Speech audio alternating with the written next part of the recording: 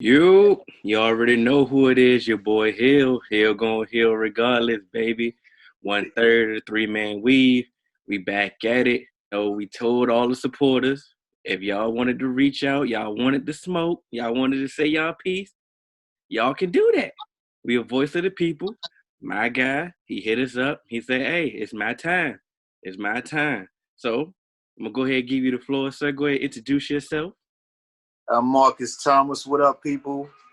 AKA Chinky. Everybody calls me Chinky. Big Saints fan. Here with my guy. Let's do this.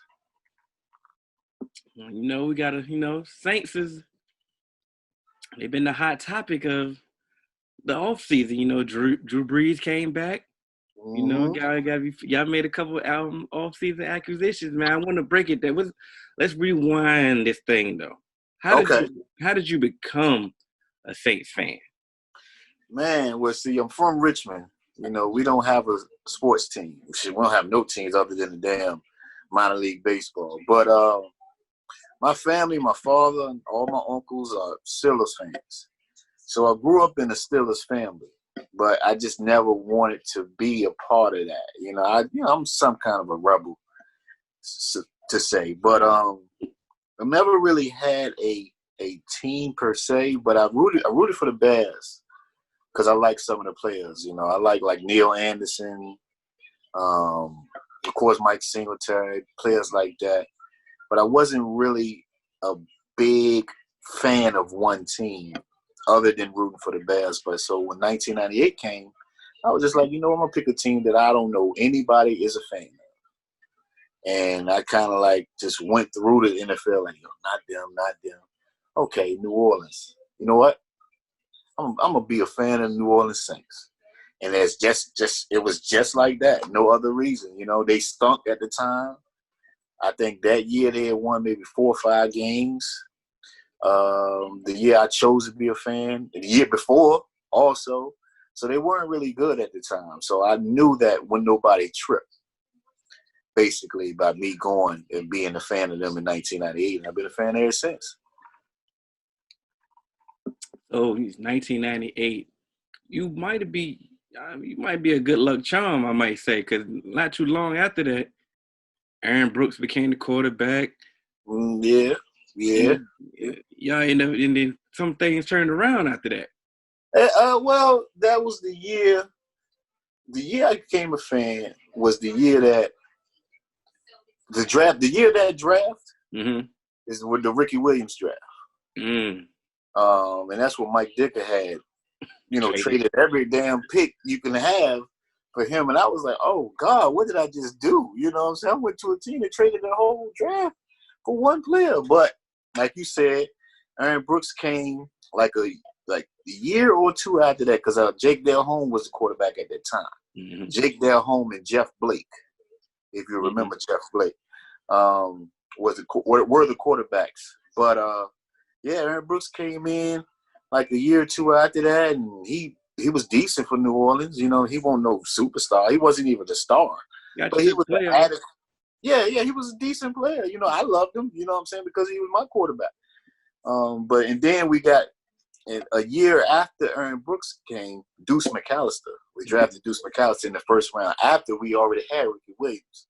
So that was some controversy there, but they were kind of like a thunder and lightning punch the first 2 years of Deuce McAllister's career. And that's when it really started, turning the table for real. So how you feel, Drew Brees came back. How you feel about that? Oh man, that's the captain. I mean, how can I not feel good about that? You know what I'm saying? Like he still, even though he missed 5 games last year, he still was the most accurate of his career. He also only threw, 5 interceptions? Was it? That's crazy. Yeah, so 5 interceptions. I have to correct me if I'm wrong. Don't quote me on that. I don't have the stats in front of me right now. So, but he had a really, really good season. And now, with his targets, if his skills are diminishing, you surround him with better targets to, compensate those things. So speaking of his targets, you went out Michael Thomas he's in top 5. Wherever you want to rank him, he's not getting past 5. He's definitely top 5. If he's not in somebody's top 5, just go ahead and stop talking to him. Right. But he never had a counterpart. You tried to go get Dez, he immediately got hurt. So tried a couple young guys tried to step in, but they never really had a bona fide number 2. You went out and got Emmanuel Sanders, man. Like, how do you feel about that right there? Listen. I love it. I love it for a number of reasons, but the main 2 reasons. First of all, let's speak on Emmanuel Sanders. Mm-hmm. He's a route runner. He's a route technician. I mean, you can't – with our offense, you need somebody that's a route runner because it's a timing offense. We don't – everything's is a precision with our offense. Drew Brees expects you to be at one spot at this second. If you're not there, you're not getting the ball. Mm-hmm. Emmanuel Sanders is that.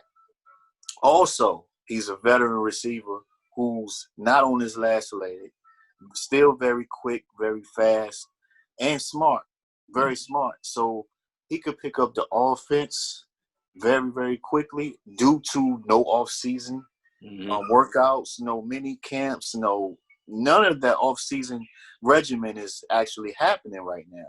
So I think we went that route instead of drafting a receiver first round because a rookie coming in has to learn everything over. It's all new to him. Whereas Emmanuel Sanders, he's a seasoned veteran. As you saw last year with San Fran, he came in the middle of the season and picked it up just like that. So I expect him to do the same with us. Okay. So you brought back the Swiss Army knife, the X Factor, Taysom Hill, signed him to a 2-year deal. What's your thoughts on the Taysom Hill signing? What are your thoughts on Taysom Hill, period? First of all, him, period. I love him, period. Mm-hmm. He's a do-it-all, jack-of-all-trades kind of player for us. Plays special teams. Only thing he hasn't done is play defense, but he's on the kickoff team. He's on the punt team. So he's making tackles. He's making tackles. But he provides a weapon for us that really no one else has. Because most quarterbacks, they're not willing to adapt and try to play other positions. Mm-hmm. He don't care. You know what I'm saying? So he'll play tight end for us one play. Then he'll be in the backfield another play. Then he'll be behind the center another play. Then he'll be out wide another play. And he's the fastest player on our team now that Ted Ginn is gone.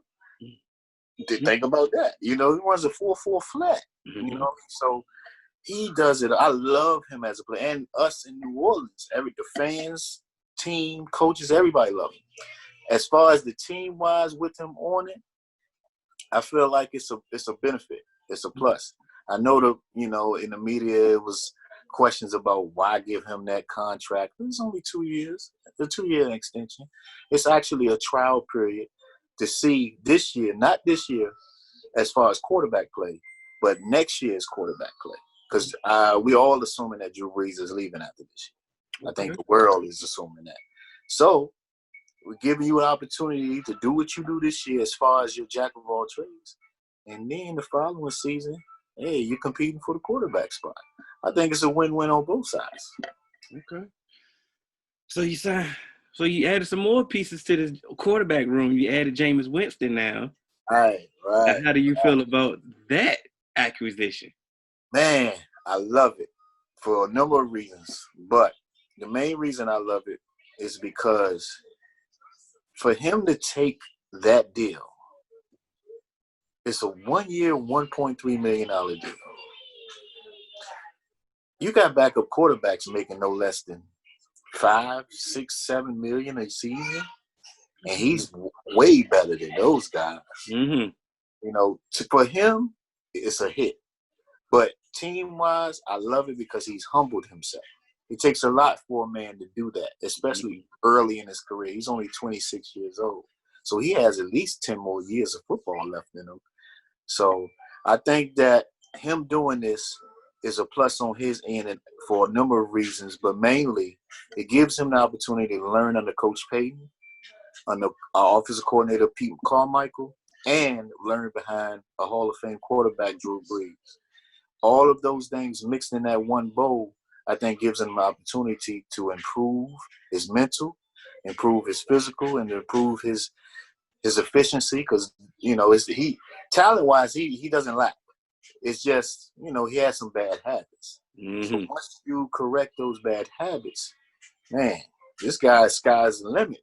So it also gives us the opportunity to have a healthy quarterback competition for the following season with him and Taysom Hill. So we don't have to go search for anybody. We'll have everybody in-house. So if Taysom Hill doesn't work out, I mean, why not just give it to Jameis? I mean, just hand them to him. But make it a competition and see who wins it out. Great problem to have. And yeah. And like you said, you don't find people humbling themselves that early in the humbling process. Sometimes they gotta humble you, and he took it upon himself. Then you know what? I'm gonna check my ego at the door, and I'm gonna do what's best for the long term in my career. Right. And I respect him for that. Me too. You bring back your guy Malcolm Jenkins. Yeah, man. But you let Von Bell go. Is this an upgrade or what? Explain this move to me. Well, I feel like playing wise, it might be an even swap as far as playing. But intellectually, leadership wise, respect wise, it's a no-brainer. It's a no-brainer. Malcolm Jenkins immediately comes in back into the fold as the leader, as the leader of the secondary and one of the leaders on defense, along with Cam Jordan and Demario Davis. He automatically comes in with that respect. I think what he'll benefit us from is the leadership with the young secondary we have with Marcus Williams, Lattimore. Him and Lattimore already have a relationship due to them both wearing number 2 at Ohio State. So they both were cornerbacks at Ohio State. Remember, Michael Jenkins was a cornerback coming out. Yeah, and we changed him to a free safety before he left for Philly the first time. But I think his leadership, his durability, availability, that's very key. Yeah, very key. I think all of that is an upgrade. And I love Von Bell. But Von Bell was lacking in the pass coverage aspect of being a safety. Playing against the run, he was phenomenal. He always found the ball. He always found he led our team in fumble recoveries. I mean, every time there was a fumble, it just seemed like he was the one recovering. But he only had one interception in his 4 years here. One interception as a safety. Like, that's not good. That's not good. Even though he was a good player, that's not good. So Malcolm Jenkins can help with that in any kind of way as far as the turnovers and pass coverage, because our pass defense was in the 20s last year, but our run defense is top 5. So, I know. Right. So if we can improve the pass defense, let's say from 24 to 14, that's a big rise, So I'm excited about him being back, man. Sean Payton's excited. Drew Brees is excited. Cam Jordan is excited. And most importantly, linebacker Demario Davis is excited. They already have a bond off the field. So, I think it's going to be well worth the signing. I think somebody that's going to really benefit is Charlie Gardner-Johnson. Somebody that has some character issues coming out of college. But he got the talent. So you get in the room with Malcolm, I think he can untap some of that talent, and the sky's the limit. You know what? I like you because you know football, and I can't talk GJ with a lot of people. Yeah, I can't talk about that with a lot of people. But being that you brought that up, I'm so happy you did. I love him. I love him like he's a dog. You know what I'm saying? He's one of them players that, let's go in this alley and we're going to come out on the other side. You know what I'm saying? Yeah. So, like you just said, him emulating Malcolm in any kind of way is a plus. You know, because they actually are the same players now. You know, Malcolm is as you say, jack of all trades. Yeah. He could play in the slot. He could play on the outside. He could play in the box. He could play deep safety. GJ plays all of that for us now. You know what I'm saying? So what better person to learn from? You know, it's just, like I said, it's if it don't happen this year, I'm going to be very upset. We go get to so now. So let's get so we got your little offseason acquisition with the free agents. Talk about your draft. How did you feel about your draft?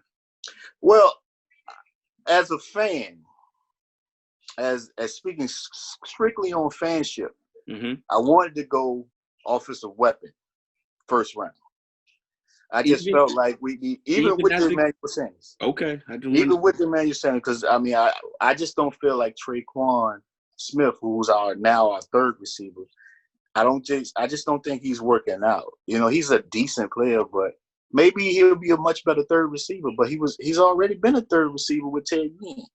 But I thought we were going offensive weapon to begin with in the first round, and then we picked Cesar Ruiz, the center from Michigan. He was rated the top interior lineman in the draft. I thought about it like, hold on. When it happened that night, I didn't like it. But the next day, I went back and just looked at all the interviews from our beat writers with Sean Payton, even with Mickey Loomis, Jeff Ireland. And the writing was on the wall for Larry Warford throughout the offseason. You know, if you look back at our playoff game against Minnesota beat us with interior pass rush. They moved Everson Griffin and Danielle Hunter in the inside on third down and whipped Larry Warford.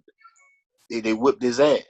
You know what I'm saying? So, and you know, Drew Brees is not a mobile quarterback. I mean, he knows how to move in the pocket, but if you in his face, you know, what can he do? So that was a primary focus for Sean Payton, Mickey Loomis, and Jeff Ireland for this offseason. And only problem I had with it is that we probably could have got something for Warford rather than just cutting him. But being that, you know, he was on the books for $10 million, maybe other teams didn't feel like he was worth that, you know. So, but going to 3 straight Pro Bowls though. Yeah, but you gotta look at it. I look at it like this. I didn't think he deserved the Pro Bowl last year. I didn't think so. But he made it due to our team being good. First of all, offense being good. And second of all, the players that were on his position, one of them was for the 49ers, who they went to the Super Bowl, so that was an open spot. And God, who was it y'all? Who? Cowboys. But you know he first, all pro, baby. He's all pro, but did he go to the Pro Bowl? I think. I believe not. No, I don't think he went to the Pro Bowl. He had injury. He declined the Pro Bowl invite. So Warford stepped in after that. You know what I'm saying? So he was a replacement. You know what I'm saying? He didn't get picked. He was a replacement, but it was a valuable replacement because, like I said, he's been good for the most part. But later on this season, he just didn't play well. And Sean Payton had a problem with him all year last year because he came to camp overweight and out of shape. So yeah, right. Like you said, the right one. See, that's the inside that we don't get. All we see is 3-time Pro Bowler. Cut. Yeah. Sean Payton had a problem with him from day one of training camp because he came in overweight, out of shape. And if you know how we play, the screen game for us is very important. It's heavy. The screen game wasn't good this year because Warford couldn't get out and run. You got to think about that. You know what I'm saying? Kamara wasn't as impactful in the screen game because Warford was just out of shape. He couldn't move. He couldn't run. And we wanted to get faster on the offensive line. So Cesar Ruiz it was the right pick. Now that, you know, a day later after the draft, I'm like, you know what, that is the right pick. It makes sense, yeah. Because it makes sense. Just what we needed. That was the hole we needed to fill. And then we didn't have a second round pick. But we had a third, fourth, fifth, sixth round pick. No seventh. We traded up in the third to get Zach Bond. And you texted me when that happened. You was like, damn, yeah. I wanted him. I know. You know I was tight. Yeah. Yeah, so he's another player because I think for our team we're going to positionless football Oh, on okay. the defensive side. You know what I'm saying? Because he's a player that can play on the outside, and we're even talking about playing him like as a strong side linebacker. You know what I'm saying? Behind the D tackles. So, I think that being all of these players are interchangeable with CJ, GJ, Malcolm Jenkins, Demario Davis, Zach Bond. We can be very, very multiple on defense, So I think that's the route we're going as far as defensively. Have y'all been multiple before? We've been multiple, but we didn't have necessarily the personnel Okay. to do as much as we would like.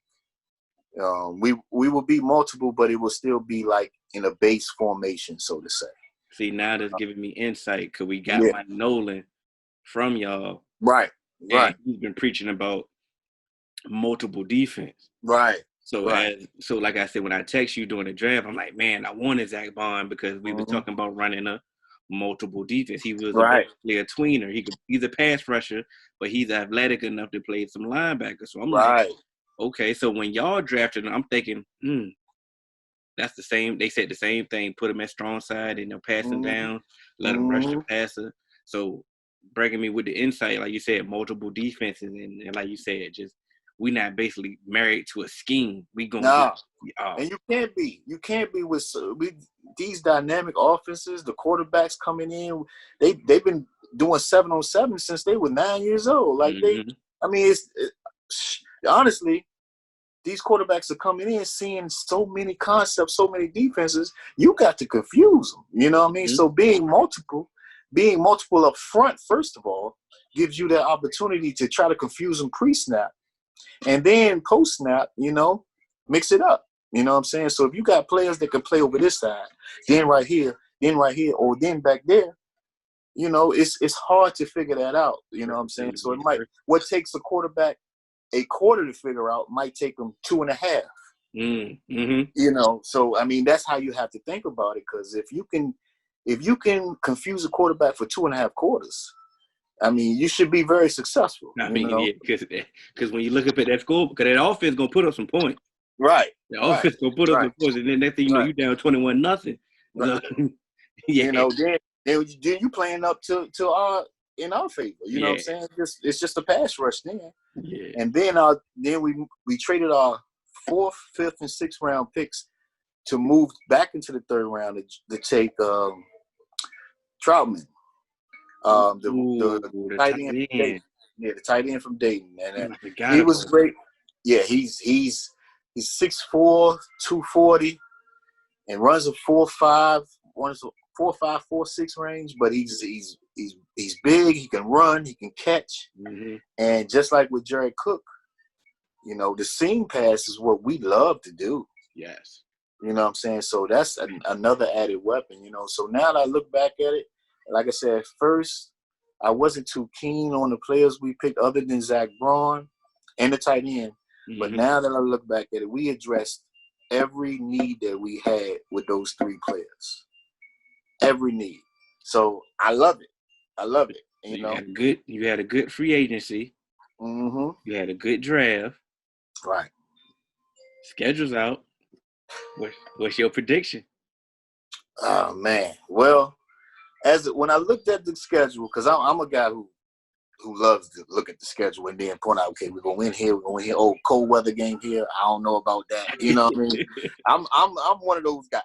I'm not scared to admit that. I feel you. If most real fans, they are too. They like that's why scheduling releases is becoming way bigger than what it is. Man, I love it, man. I be on Twitter, on my beat writers page, like, hey, you got a scoop, where we playing week 5, like what's going on? But I looked at the schedule. We have a very, very tough schedule. We play the AFC West, we play the NFC North, then we played Philly and San Fran, and plus our division.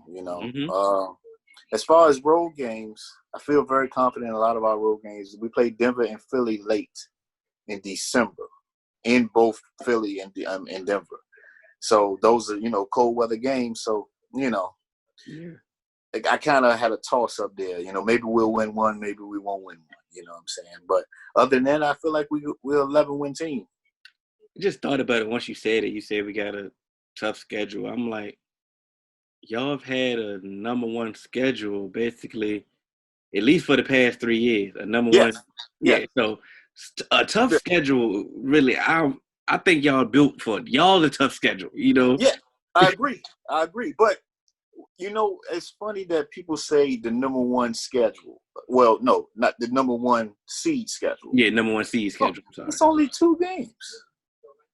That's only like my whole division plays everybody we play other than 2 games. Yeah, but it's when you play them. It's when you play. That's the point. We play Philly in December in Philly. Mm-hmm. I don't know if I like that. You know what I'm saying? I don't know if I like that. But again, we built for it, like you said. So in the past, let's say 2013, I was scared of cold weather games. Mm-hmm. I was scared of outside. Now, not so much. Not so much. Because everybody think y'all aerating it out. The Sean Payton at his best, the Saints at his best, is a balanced football team. They love to run the rock. They love to have balance, like say the screen game or even the short passing game, the extension of the running game.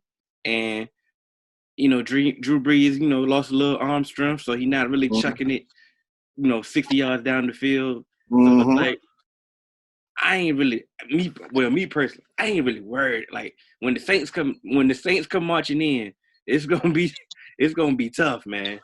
Yeah, we're tough out for anybody. We play against Kansas City this year. That's the only game that I'm actually nervous about, to be honest with you. Like that, them boys is, that's a different animal right there. But other than them, I feel like even with Kansas City, I'm not gonna sell ourselves short. Yeah. But I feel like we're gonna be in every game, and I feel like we should win at least 11. I'm going on the floor. So, at least 11. You know what I'm saying? So between 11 and 13. Let's say that. Them boys in Tampa, they ain't making you nervous? Listen, we played on week 1. Uh-huh. We want to punch them right in the mouth to open up. You know what I'm saying? I'm sick of watching NFL Network. I'm sick of watching Sports Center. That's all they talking about is Tampa Bay. And I understand why. Mr. Six Rings is there. Mm-hmm. I get it. But come on, do we with no off season? Talk about it. I mean, you got to build up some camaraderie, some collectiveness. You got to know the nuances of the scheme, the verbiage. That takes some time. So I don't see it all out the gate. I do think they're going to be a decent team. I'm gonna be honest about that. Mm-hmm. But the way the media is talking, I got to see it. I got to see at least 6 games. Right. At least. Everybody got them, plug and play. Plug and play. This is football. We done seen some super teams get built, and nothing coming to fruition. So it don't work like that, man. It don't work like that. You got to play that game on that field, baby. Man. We're gonna see. But we played them week 1 in New Orleans, and if I'm not mistaken, week 8 in Tampa. Week 8, yeah. But they have a favorable schedule for them for this season. Mm-hmm. And their bye week is a week 13. I can't recall a bye week being in week 13. That's late. Yeah, I mean that's even when you're playing fantasy football, that's the last game of the season. Why is my bye week there? You know what I'm saying? So you make that a mental note. Yeah, mental note. Yeah, we're here with that. But it's like, come on, man, y'all want these guys to get there? Like y'all really set it up nicely for them. So week 1, we gonna come out and punch him in the mouth. But let me be fair. Mm-hmm. I must be fair. Okay. The past 5 years, we've come out defensively flat first game of the season every year. Mm-hmm. Every year. And we've lost 4 out of those 5 games. The first game of the season due to our defense is coming out flat. Mm-hmm. Maybe the scheme isn't, all the way put in. You got to do it in installments. I understand that, but I don't know what the reason is. We won our first game last year with the Texans, but that was on the last second field goal. Yeah, it was You know what I mean? So yeah, so I'm not saying that we're not vulnerable week 1, but I think this is different. This is different. Like these guys here, come on, Tampa Bay, and Jameis is on our team. We want him to have some little, we want him to have some kid talking going on. You know what I'm saying? So, just do. I mean, hope God, please don't let this happen. But what if Drew Brees, something happens, like he sprains an ankle and Jameis comes in and wins the game? No, I mean, I pray that don't happen. But you couldn't write that movie. You couldn't write that. That's something wrong if that actually happened. Yeah, man. I feel like we're 11-win team on the floor. Okay. Well, I hope you do. I hope your Saints fan base see this and they think you did them justice. I hope so. Hopefully you did them justice. Saints fan. What's y'all drink? What is it? Who that? Okay. Who that? Let me get the hat a little lower. You know what I'm saying? There you go. Let them know. What I'm saying? Let them know. Yes, sir. Once again, I'm Hill.